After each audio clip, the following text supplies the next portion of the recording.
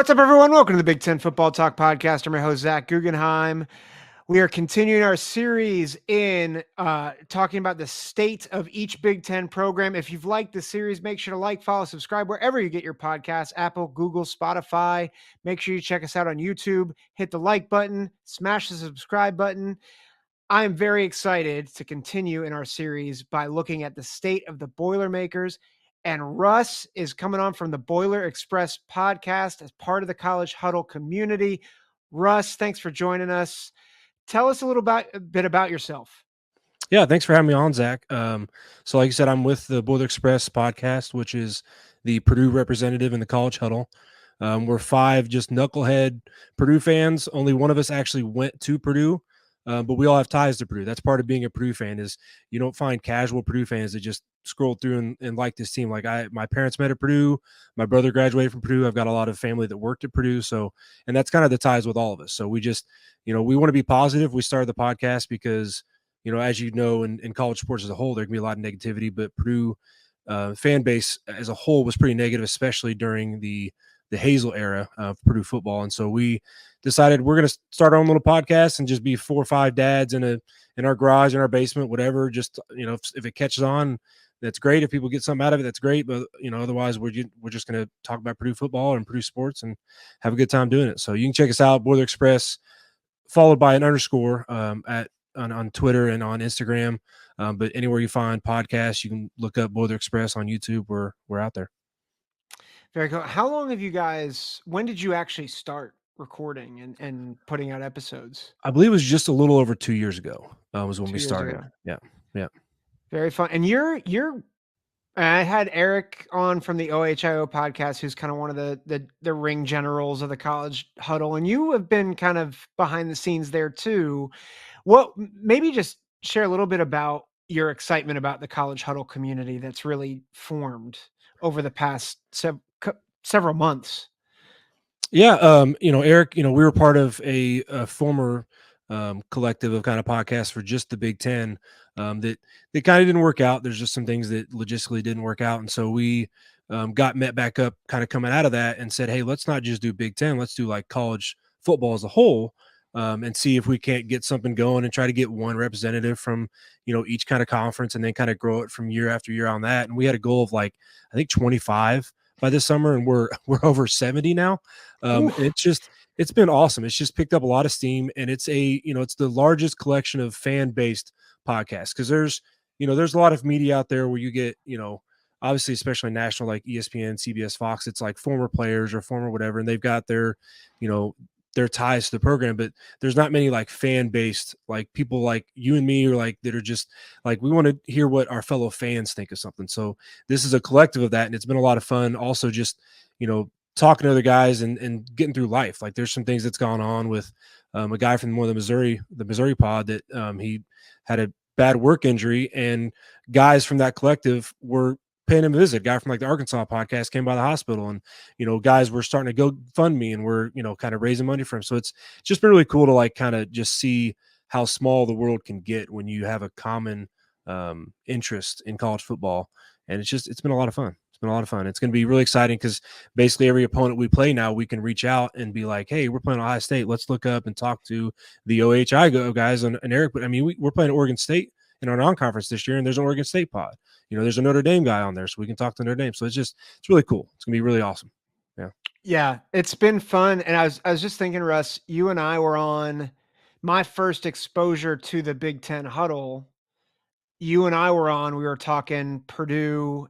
It was after Fresno State Purdue, and we were breaking that game down. And I remember thinking after that episode, there's something special about just this collection of people connecting over sports and talking through this as not just fans, I think knowledgeable fans, but fans that really care about the sport and about the teams and about just everything that goes into it. So it's really fun. Absolutely. Yeah.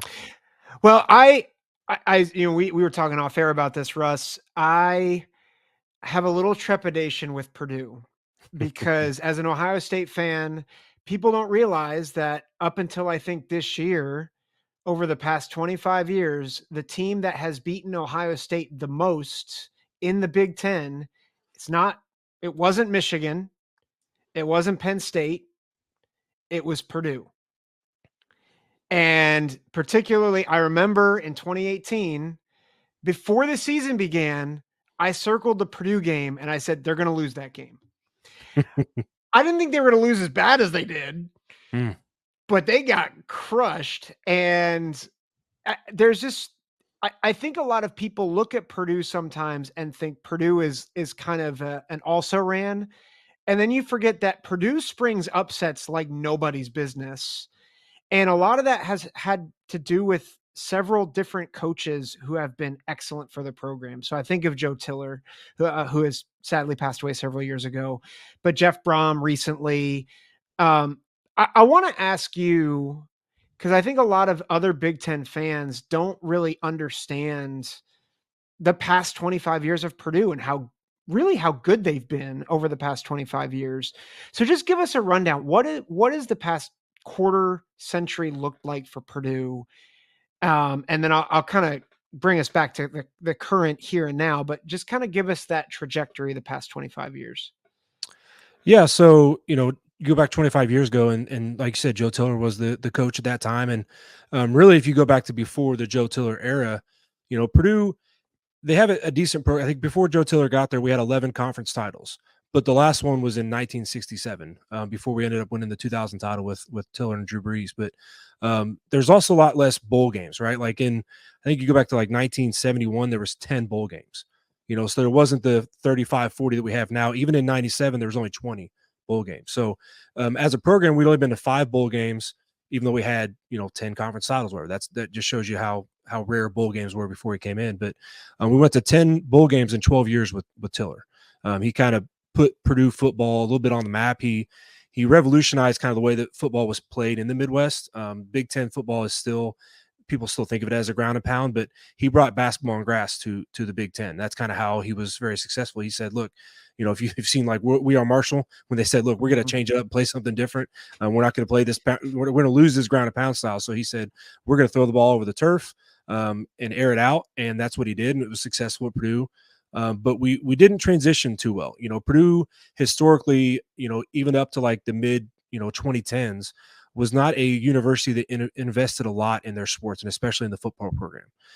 When Mitch Daniels hired Mike Babinski, one of the first big hires Babinski made as athletic director was hiring Jeff Brom. When we brought Jeff Brom in, that was on the heel of 2 coaches that went 4 years and were done, and Danny Hope and Daryl Hazel, like I talked about earlier, that wasn't really good. We went to like, I think 1 bowl game in 8 years, maybe 2 bowl games in 8 years. It was not good. Daryl Hazel won like 4 Big Ten games over 4 years. So we needed to turn the program around and put money back in the program. And that's what they did. They went out and spent money to get Jeff Brom. They gave him a lot of money for assistance. And you kind of saw what happened. Like, it wasn't like we were world beaters. We didn't, win 10 games, 12 games, go to some, college football playoff, but, we did win a West title. The season before that, we won 9 games and beat Tennessee in one of the craziest bowl games I've ever been to. And it was very successful, but then obviously Jeff Brom's alma mater comes calling and goes down to Louisville and kind of guts our program a little bit in the process. We also had a lot of guys graduate, like Aiden O'Connell, Charlie Jones. And so it kind of left us going into last year, kind of behind the 8 ball. Ryan Walters, bring him in from Illinois. He was the defensive coordinator of the year in the country. So it was a hire that we all kind of liked, but we knew it was going to be tough. And sure enough, we went 4-8 against the nation's toughest schedule per Pro Football Focus. And it really, I don't think it was as bad as what 4-8 can look on paper, but it's still been positive for the Purdue fan base. I went to the Minnesota game when we were, I believe, like 2-7. Eliminated from bowl contention, and that place was 95% full. So there's, Wow.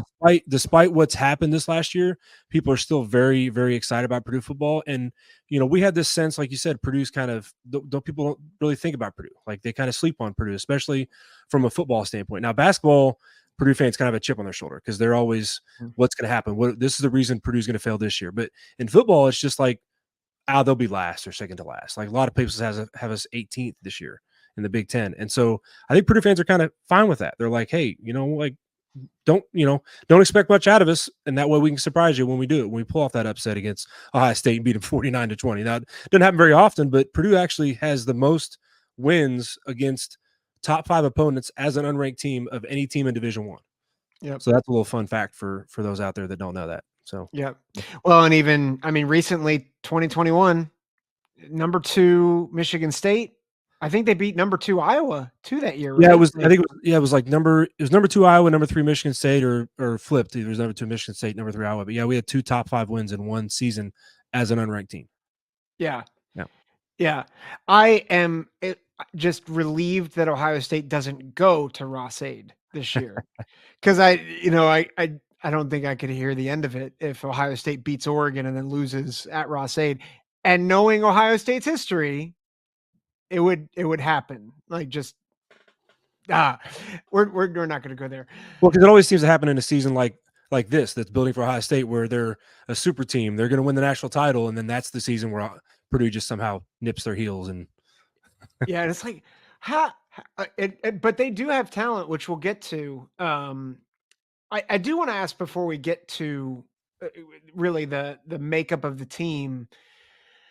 Jeff Brom, I thought was wildly successful. Right, won the West. Really brought in new, fresh ideas. He really was an innovator. I think it was the bowl game against Arizona. I think everybody thought Arizona was going to wipe the floor, and Purdue went. I think Purdue won that game. They beat Tennessee. They beat Tennessee with like their 5th string wide receiver. It was unreal, and it kind of seemed like everything was really trending in a great direction, and then all of a sudden Jeff Brom leaves, and then the bowl game against LSU happens. It felt like momentum in some ways kind of stalled. How did the fan base react to Jeff Brom leaving? I'm sure there was certainly sadness, but was there anger? Was there frustration? Was there understanding? What was that like? yeah, so it just kind of, I think, depends on the not to talk ill of some fellow fans, but depends on their education level, really. I have a unique perspective because I live just outside of Louisville. I Mm, married a Louisville grad. I have a brother-in-law who played for Louisville, so I know about the Brom family and the ties to Louisville. And so, myself and even the guys at Boiler Express knew of Brom's ties to Louisville, so we knew eventually at some point he would be leaving for Louisville. I think what caught people most off guard was the abruptness of it. The yeah. fact that Louisville had a coach in Scott Satterfield that was under contract for a extended period of time. Purdue had just gone obviously to the Big Ten championship game, and we go from Friday, Saturday going to the championship game against Michigan. Pumped up, going, hey, we're playing on house money. Let's see what happens. We could maybe pull off an upset. It's in Indianapolis. We'll see what happens. So then Tuesday morning, we don't have a coach. Because all of a sudden Monday, Cincinnati hires away Louisville's head coach, and there's an opening now. And that's one part that kind of upset some fans. And then the fact that his brother stayed and was the interim coach through that winter, through that bowl game, and we only practiced like on half the practices we could have used. And guys that were in that locker room that played in that bowl game then go to Louisville, like that whole transition, I think, ticked a lot of fans off. But I don't think there's a ton now that really have a lot of ill will towards Jeff Brom or his family for going down there, because that's his alma mater. That's his dream job. That's the only job we thought he would have left for. And after his second year at Purdue, he actually could have taken the job. That's when they brought Petrino back to Louisville. And he actually turned Louisville down because he was only 2 years into what he was doing at Purdue. So, if you know that whole backstory, I don't think you can really be mad at the fact that Jeff Brom left for Louisville. And I was gonna say Jeff Brom was at Purdue what 5 years, 6 years, 6 years. 6 years. Yep. And so that's Yep. it's significant. I feel like that's eons for current college football. Yeah. But I can understand though the abruptness and that transition point being a point of frustration. But I Mhm. think that's a reasonable take to say, hey, that could have gone better. And like Louisville was the dream job for Brom. And it's not because it was like, oh, this is national championship or bust. This was his where he grew up. It's his alma mater. It's Mhm. the program he wants to see succeed more than any other program. And so I think that's a really reasonable take for sure. Purdue obviously went 4-8 last year. Is disappointing, but there were certainly glimmers of hope. You mentioned 2-7 going into, I think, the Minnesota game. Mhm. They finished 2-1 after that game. So they finished 4-8, finished well. Um, what were some of the glimmers of hope that Ryan Walters is the right guy for this job? Yeah, so this is where we get into, Purdue fans going, okay, it's fine, sleep on us because we know what people don't want to talk about. So Rutgers, Nebraska, Illinois, Minnesota, and Purdue all finished with the same conference record. But what is the stigma or thought process of those other schools going into this year based off, compared to Purdue?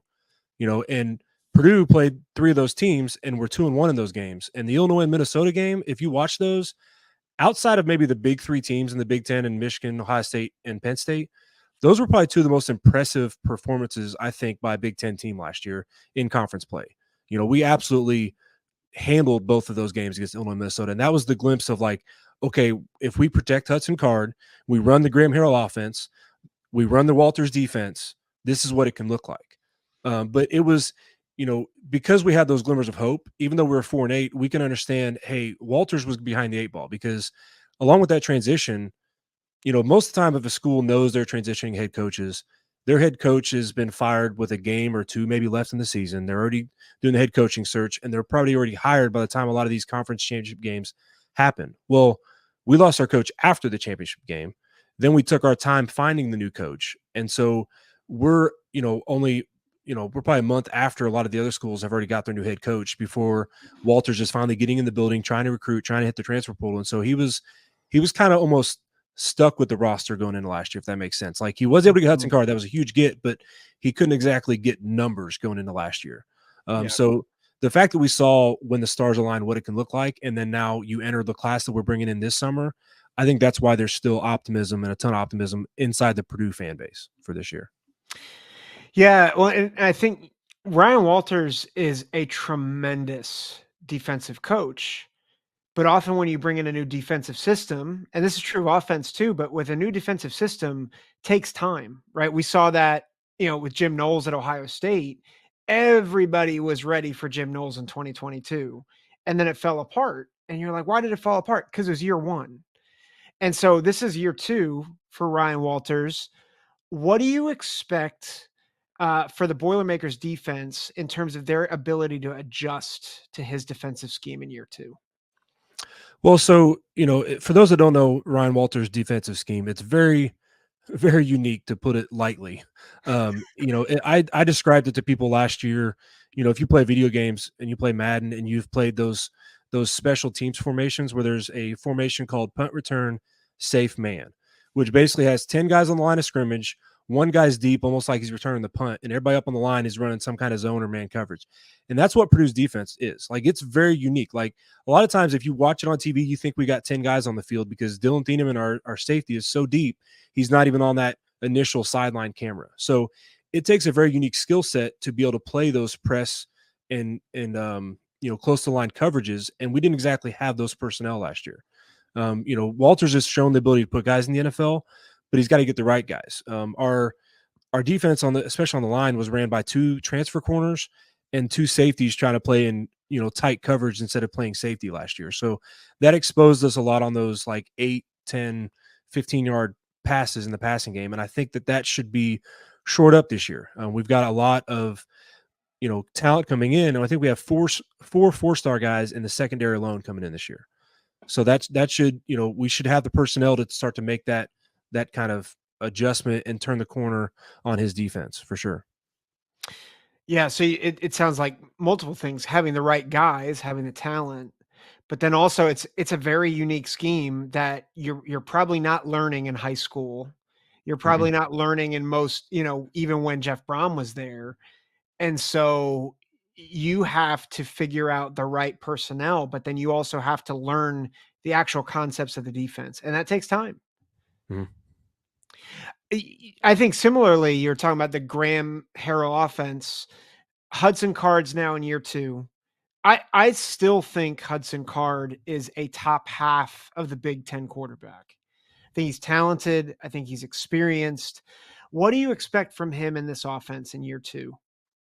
Yeah, so Hudson Card was third in the conference in passing yards per game last year, fifth in passing yards total because he did miss a game. But that was like we talked about with Illinois and Minnesota. The big issue was could we protect Hudson Card? And when we protected him, he looked like a top, not just top half, but top 3 or 4 quarterback in the conference. And I think he has the talent to go to the next level if he can just exhibit that and kind of learn this system without worrying about getting pummeled from behind or getting running for his life back there. And that's one of the big adjustments we made on offense was we brought in a ton of guys in the offensive line to try to revamp that offensive line. Last year in spring ball, part of the reason we could have a spring game last year in Walter's first year was we had like 8 healthy offensive linemen. Mm, So this year we've got like 17 or 18. So yeah. we that's a big difference. I think that's going to change this year, and you're going to see Hudson Card look a lot more comfortable back there for us and have a lot more time to actually run the offense that Harrell's designed instead of kind of having to create things and run for his life like he did this last year. Yeah. Well, I'm glad you brought up the line. So it sounds like there's depth at the Mhm. line.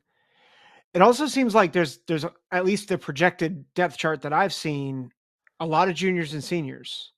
What would you say the outlook is in terms of their ceiling? Like, do you think this is a middle of the road offensive line? Do you think they could be a top third offensive line in the Big Ten? What are your expectations for the line?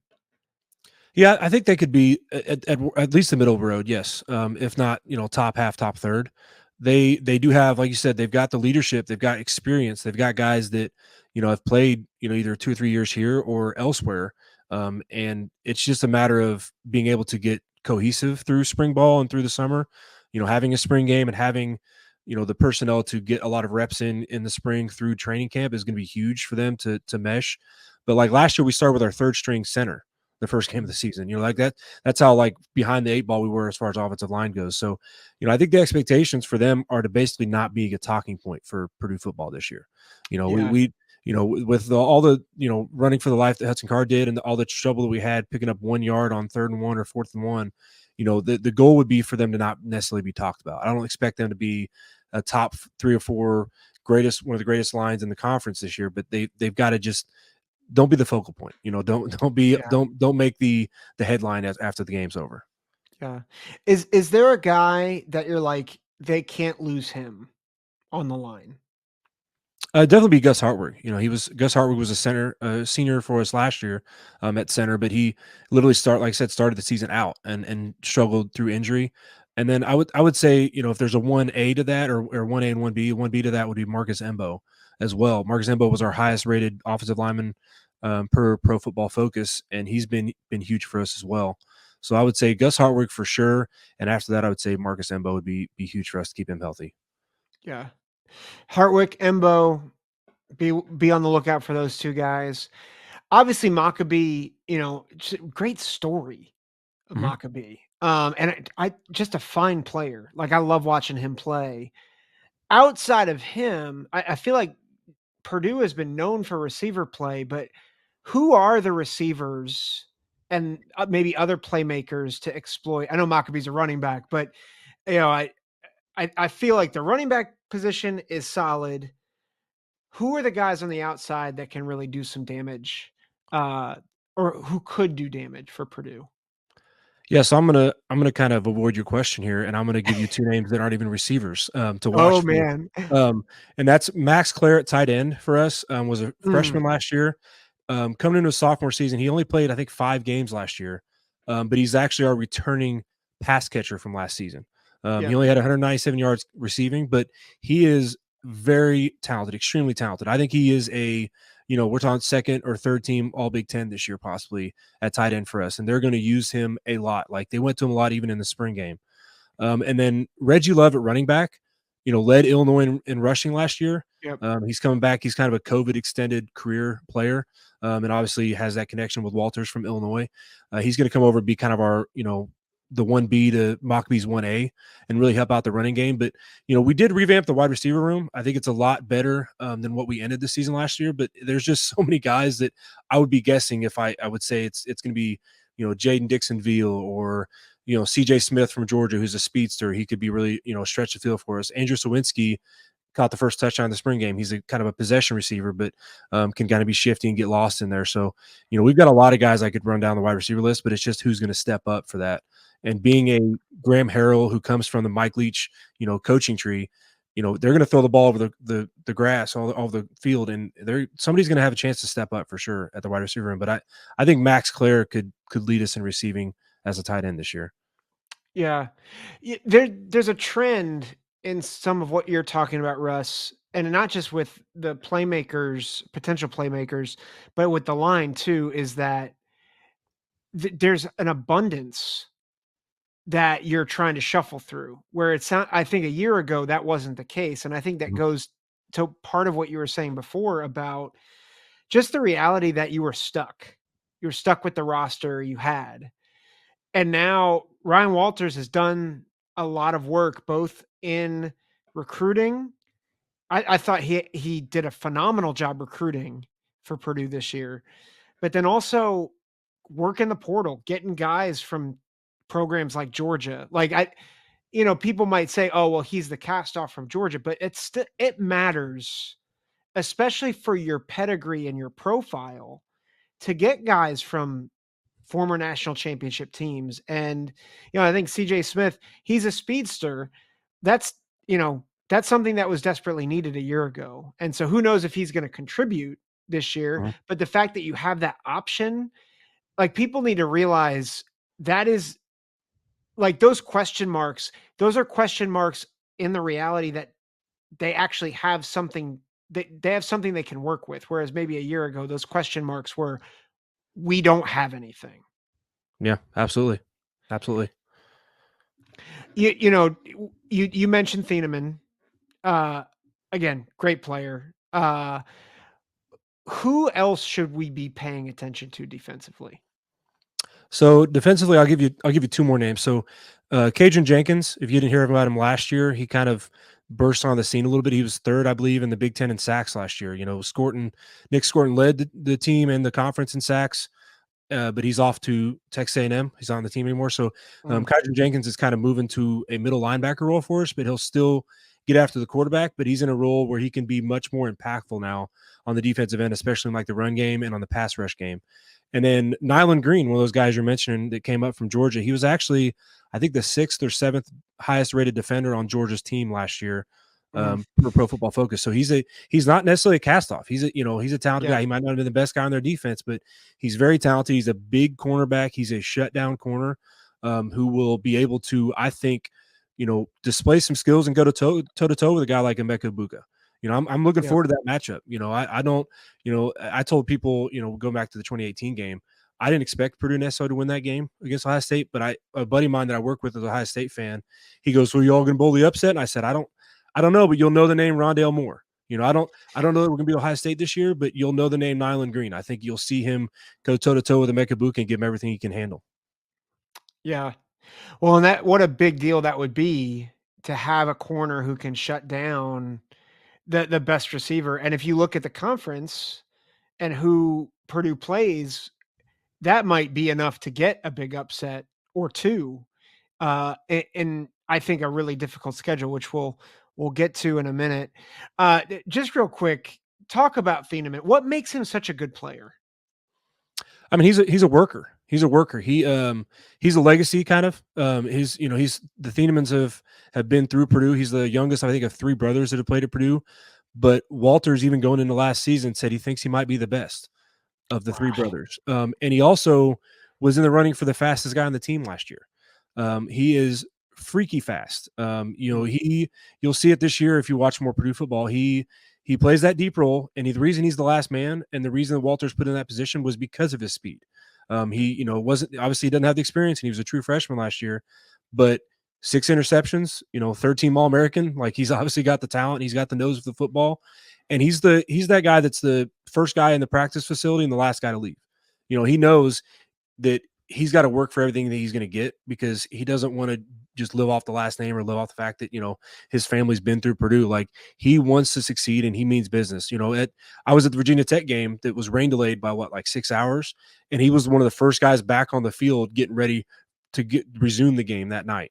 He is just bring your lunch pail, put on your hard hat. He is going to outwork you and he is going to come through you to get that football. Like, he actually was, I think, the better rated version of him as a defender was, again, the run game than pass game. And imagine that, like, he's playing 15, 20 yards off the ball, but he's rated higher playing the run than the pass, because he gets downfield after the ball too. Like, he wants to be a part of every single play and impact everything.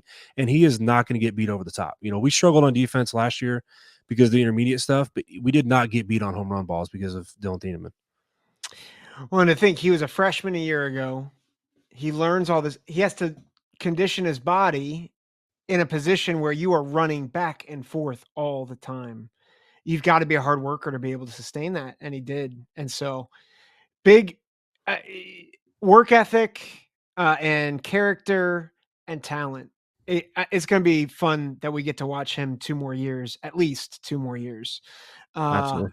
We'll see maybe if he sticks it for another 3. But, we talked a little bit about the schedule.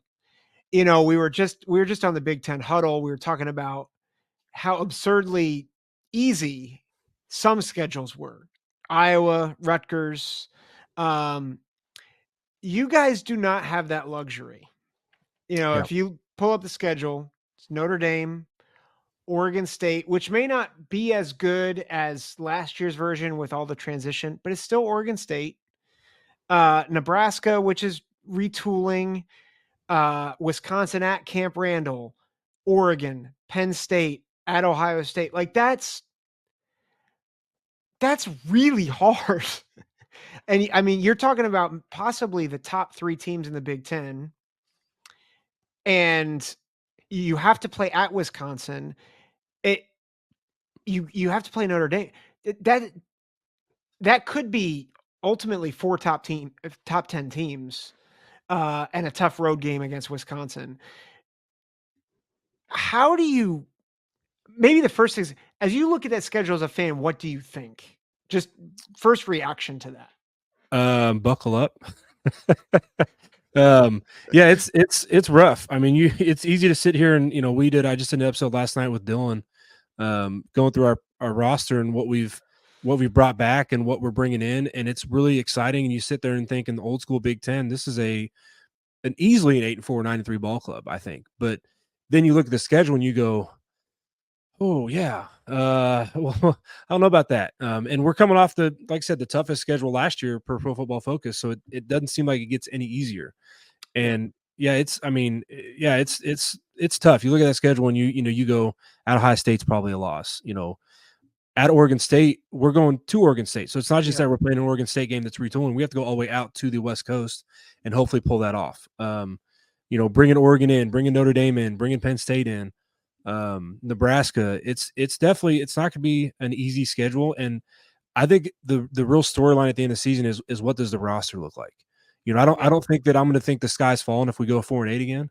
But at this point, especially with NIL and the transfer portal, you got to think, are we going to keep the guys in the building? Because Nick Scorton was a guy that he was Mr. Purdue last offseason. He was pounding the drum. He was on socials, getting people in the building, and now he's gone at Texas A&M. So, I think that's my biggest worry for the season is what does the season and the team look like long term. But yeah, I can see anywhere from, honestly, I can see anywhere from 2-10 to 10-2. Just kind of depend on because when you look at Hudson Card and you say it's a quarterback's game and he's a top 5, top 3 quarterback in the Big Ten, if we protect him, we should be able to hang with anybody. So, yeah. Oh, and you're saying 10-2. What would you say the realistic ceiling is for Purdue with this schedule? I think the realistic ceiling is probably more like an 8-4. I think, you obviously you get to 8-4. That means you're winning one of those games like an at Wisconsin or a Notre Dame at home, or an Oregon at home, or a Penn State at home. And we've, like you said, we've pulled off those games in the past, and we've been in those games in the past. I was at the home opener, 2 or 3 years ago against Penn State, that we had that game, handled. We had the ball twice with less than 5 minutes left in the lead, and we couldn't pick up first down to put them away, and they ended up escaping Ross-Ade with a win, and now we get him back in Ross-Ade. Oregon's a night game. It's a night game at Ross-Ade, and like we've talked about, Purdue is the Spoilermakers. Even as an unranked team, they beat those top 5 teams I almost said Mackey and Ross-Ade all the time. So I don't think it's far fetched that we could, in year 2 of Ron Walters, pull off an upset or two like that, take care of business in some of these toss-up games or the games that might lean our favor, and we end up with an 8-4 season. But winning all those, that's it's gonna be tough. Yeah. The one thing I will say, I think that is in your favor is that a lot of the teams that you guys are playing, there are a lot of them are in transition, right? Like Wisconsin, like I think a lot of people assume that Wisconsin is going to be much better in year 2 under Fickle. But that's not necessarily a a done deal, right? Like Tyler Van Dyke comes in, he's got to learn a whole new offense. I'm still not sure if that offensive system is going to work in Madison. And so yes, they have to go to Camp Randall, but that is, I think, an advantage. I think Illinois, are they going to be like Illinois of 2 years ago, or are they going to be Illinois of last year? We're not sure. Nebraska, I happen to think that Nebraska is going to be really good next year. There's a lot of question marks though. Like you're starting a freshman quarterback, most likely. Freshmen do stupid things. Freshmen might do really stupid things at Ross-Ade. So I think there is a lot. Even Notre Dame and Penn State, and I'll throw Ohio State in there. I think Ohio State's at Columbus, but I'm on record of saying I don't know how I feel about Will Howard. And as much as I like the talent surrounding him, I could see a quarterback having a bad day. No, it's in Columbus, so that one I'm probably less. I'd probably pick Ohio State there by a wide margin, but I think some of the other ones I'm like Penn State. I Well, as much as I Oregon love comes to Penn State, Ross-Ade right after playing Ohio State. yeah, So Oregon's got that big build up to playing Ohio State at home, but then they got to travel all the way across the country to play at and, Ross-Ade and at it's a night. Friday. It's a Friday night. I just realized that that's a Friday night Yeah, game. yeah. So Short week, night game, Ross-Ade. Yeah, are you calling the upset right now, Zach? You got my uh, Purdue boys back? I don't know if I'm calling it yet. Let me talk to the Oregon guys first, and then I'll Oh yeah, make yeah. a call. Don't start But that. Yeah, yeah. I I I will say this. I don't know if Oregon is as sound defensively as people think they are. And I think if you've got a gunslinger at quarterback, I And I know it's it's different teams. Long time ago, I think it was the LeGarrette Blount era for yeah, Oregon, but Purdue had a home and home with Oregon a while back, even during that Hope Hazel era that we were not very good at football. And in both of those games, we played them tight. I think the Ross-Ade game was an overtime game, and then we pushed them out in Oregon. yeah. So it's not a program we're going to be afraid of by any means. And Notre Dame, a lot of people don't realize Purdue's got the second most wins against Notre Dame of any program in college football. Mm, Now Notre Dame's owned the series. It's something like 58 to like 27 or something like that. Like they've owned the series, but yeah, there's only one team that's had more wins against them than Purdue has. yeah. Yeah, and Notre Dame's not infallible, right? I mean, they lost to Yeah. Duke, or no, they almost lost to Duke. They lost to Louisville. Yeah. Um, one other point to your Oregon thought, Russ. I am very skeptical, which is why I'm skeptical a little bit about Ohio State. I'm always a little skeptical about transfer quarterbacks in their first year. Dylan Gabriel's a great quarterback, but like you look at Bo Nix, it took Bo Nix year 2. It took Michael Penix at Washington to year 2. Now they were good in year 1, but like they made some mistakes because they're still getting used to the offense. Hudson Card is in year 2. He's got a year under his belt. They're figuring things out at receiver. They've got a playmaker in Claret at tight end. They have a 1-2 punch at running back.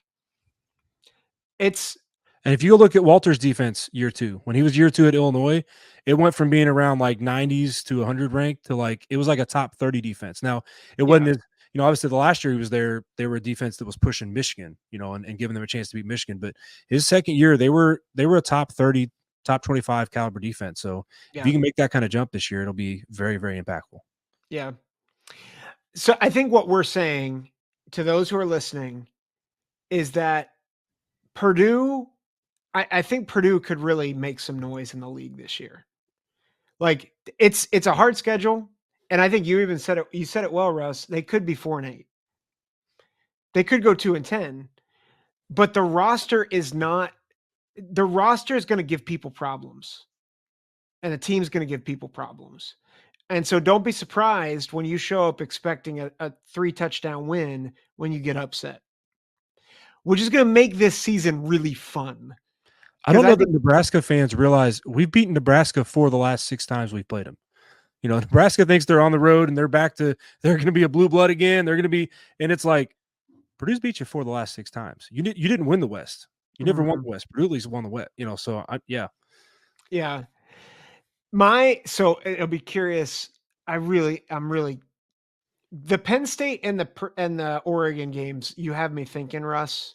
So my upset that I picked early is I've got Nebraska beating USC, and I picked that a while back.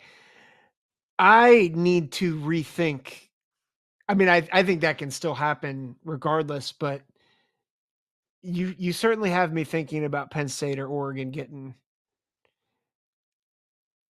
Oh man, that's a fun thought. Oh, this is good. Let's transition. What you've been around Purdue your whole life. Your parents met there. You were saying off air, you had your diapers changed on Ross-Ade bleachers. Yeah. So like the Purdue culture. What what what should the common fan know about the culture, the campus, different traditions, rivalries? Like what knowledge can you drop on us? Yeah. So depends on how much time you got there, Zach. we I got actually we got wrote time. I think of my junior year of high school, my thesis paper was how Joe Tiller revolutionized Purdue football. And when I got done writing it, it was like 22 pages long. And my teacher's like, yeah, it's got to be 10 pages long. So, so yeah, yeah. I could talk your off about Purdue football, but I would just say that Purdue is a more traditioned and storied program, especially within the Big Ten, than people realize. They're a charter member of the Big Ten, and it actually goes back to the initial conference that became the Big Ten was the Western Conference, and Purdue was a founding member of that conference with, and Michigan wasn't even a part of that. Ohio State wasn't a part of that. They came along even after Purdue did. And, some of the rivalries that Purdue has, like Purdue and Indiana is the 6th most played Power 4 rivalry game. Purdue and Indiana doesn't seem like this big, but they played that longer than Ohio State, Michigan, longer than Army, Navy. Mhm. So, and then like I said, Purdue's beat Notre Dame more times than any other school except for one. Purdue, Illinois even have a long-standing rivalry that they've played 90 plus times. So it's a team that's got a lot of history. We may not have been successful over the last couple decades, but Brahms put us back on the map. I think we're back to where we expect to compete. We expect to go to a bowl game, and we expect to catch fire every now and then and push for a conference championship game possibly. So, and like I said, we're the kind of fan base that we're we're okay with being slept on a little bit in football, because we know what we have, we know the talent we have, we know the ability we have to compete, and knock off some of these big teams. So Very cool. And maybe talk a little bit as you've grown up in the Old-Oaken bucket rivalry. What has that meant just for you as a fan? well, it's meant a lot. Obviously, like I said, it's the longest running rivalry that Purdue has, but Purdue's kind of dominated that for the most of my lifetime. I think Tiller lost it maybe twice in 12 years, and then Mm, Braum obviously brought a little bit of the domination back to it. But one of the chants that people have long asked for, especially the boosters and the older generation has asked for us to get rid of it. Purdue is every game we play when they kick off. Like Notre Dame's got the "Go Irish" chant no matter who they play. Well, Purdue often yells "IU sucks" at every game. So even though it's a domination rivalry, like Purdue doesn't forget about it no matter who we're playing. There's Yeah. shirts out there that say Purdue fans' two favorite teams is Purdue, and then whoever's playing IU. Yep. So it's definitely one of those games that I would put it close to that level of the Michigan Ohio State rivalry. That if we go 2-10 this year, our two wins better be Indiana State and IU. Yep. um, so it's a game that we don't expect to lose at all, pretty much in football. Yeah. I say, don't tell that to Kurt Signetti because he thinks Purdue sucks, and so does Ohio State and Michigan. So, Yeah. um, Another fun apparently fact. he understood the rivalry. Go ahead. Yeah, no, I was saying another fun fact about Purdue IU is they play for the Old-Oaken bucket, which I know you've heard of that and you've talked about that before, but it's unique because I believe it's the only rivalry trophy in college football that grows. So they actually add a link to it every year. So there's this big chain that comes off the handle of that Oaken bucket, and every year whoever wins puts their school's letter on that chain. So it's either an That's I if Indiana wins and a P if Purdue wins. So you'll see it when the team wins and gets the bucket. They don't just pull the bucket out of the trophy case. They then pull this long chain that's like getting held up by like 20 or 30 football players getting strung out. So it's pretty cool to see in person. It's actually a growing rivalry trophy. that's fun. Do they do it on the field after they win the game? Or is it Oh, like no, that'd be cool. If after? they had it, like, ready to go and just, like, forges it onto the chain or add it on the chain, that'd be Yeah. awesome. Yeah, no, I haven't seen the process of them adding it, but yeah. They gotta do like a Big Ten tailgate of that. That's so much cooler than lifting a turtle and like the Ohio State Illabuck. It's like, "Oh, we've got the turtle." I don't think we've even played for it in like 10 years. Yeah. 8 years, I don't know. Um, oh man. Okay, this is I'll get you out on this and then we'll just do kind of last plugs for shows and whatnot. But I have been asking each person who comes on to the pod what is like the best thing to grab in terms of food, either near campus or just in terms of cultural to where your campus is at. And so in Minnesota, we had the Juicy Lucy, which apparently I think is maybe more broad, but that was very exciting. In Nebraska, it was a cinnamon roll covered in chili, which was weird. But apparently, TJ, who does the Common Fan podcast, he's like, you got to try it. It's amazing. We also talked about runs as a bit. Um, what is what is unique to Purdue and to Indiana in terms of food? So the state of Indiana's kind of food that they're known for is the breaded tenderloin. Oh, And so if you haven't so had one of good.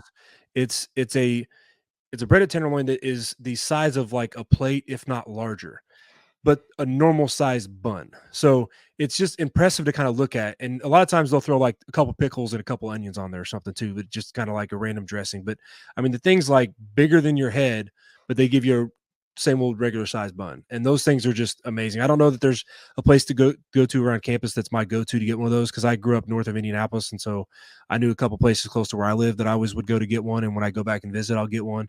But that's kind of the state of Indiana food.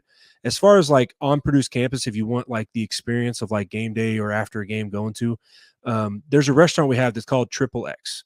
Now it's a family establishment. It's don't let the name scare you. It's actually kind of like Waffle House meets a burger joint, if you will. And it's got a menu that many of the menu items and burgers or entrees are named after former Purdue athletes. Mm, So there's David Badai is a famous diver from Purdue, won gold medals. He's got an entree on there. Drew Brees, of course, has got a menu on there. There's a Purvis burger that's like a peanut butter on a cheeseburger, and it's just this. It's ah, it's very interesting, but it's been focused on like Guy Fieri's been there. It's been on the BTN tailgates, eats that kind of things, and it's just an experience. It's not necessarily like wow you food wise, but it's just a part of an experience. Like when you go on campus or you're going to a game, you've got to stop and try that either on the way in or on the way out.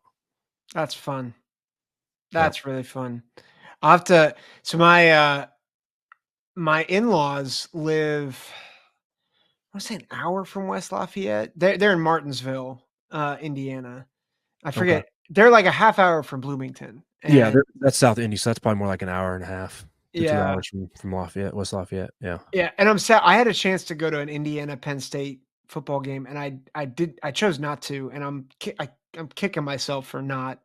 But uh, it's it's fun to be around the culture and, like, the love for Purdue and Indiana and, the food, the tenderloin. Oh, it's so good. It is. It's It is. it's, yeah, when I first, one of my wife's friends, we were visiting, and it's like, first thing he said, "You need to get tenderloin." I'm like beef tenderloin? No, no, like tenderloin. And I'm like, what are you talking about?" And then we got one, and yeah, it's just thin breaded pork tenderloin on a bun. And I'm like, oh, it's incredible. It's so good. So Definitely. cool. Well, again, tell us where we can find you, Russ, in terms of the Boiler Express. Yeah, so like I said, anywhere you find audio or even visual, we're on YouTube. We're on Facebook. We go Facebook Live when we do live podcasts. Just search Boiler Express. You'll find us there. If you look up our handle on Twitter or X or Instagram, it's Boiler Express with no spaces, followed by an underscore. If you want to come at me personally for some of the takes that I might have just had, or you want to talk to me personally, it's BXP_Russ on Twitter or X. And what days do you typically drop We podcasts? try to go live on Tuesday nights. Try to Tuesday go live night. Tuesday nights, and we're also trying to add some things in here, here and there. If I can go solo or somebody else can get on there, and you'll see us on Big Ten Huddle. Obviously, I'm on here with you talking about the state of the program. We try to get on some other things in our socials. If you follow us there, we'll share that, and you can usually link to that and find those shows as well. Cool. Well, Russ, thanks for joining us. Very excited just to partner again into the college huddle, but also excited for Purdue. I think it's going to be a fun season to see how they do. So, for the rest of you guys listening, thanks so much, Russ. Thank you for coming on. Thanks for having me, Zach. Appreciate Yeah, it. for sure. For the rest of you, take care. God bless.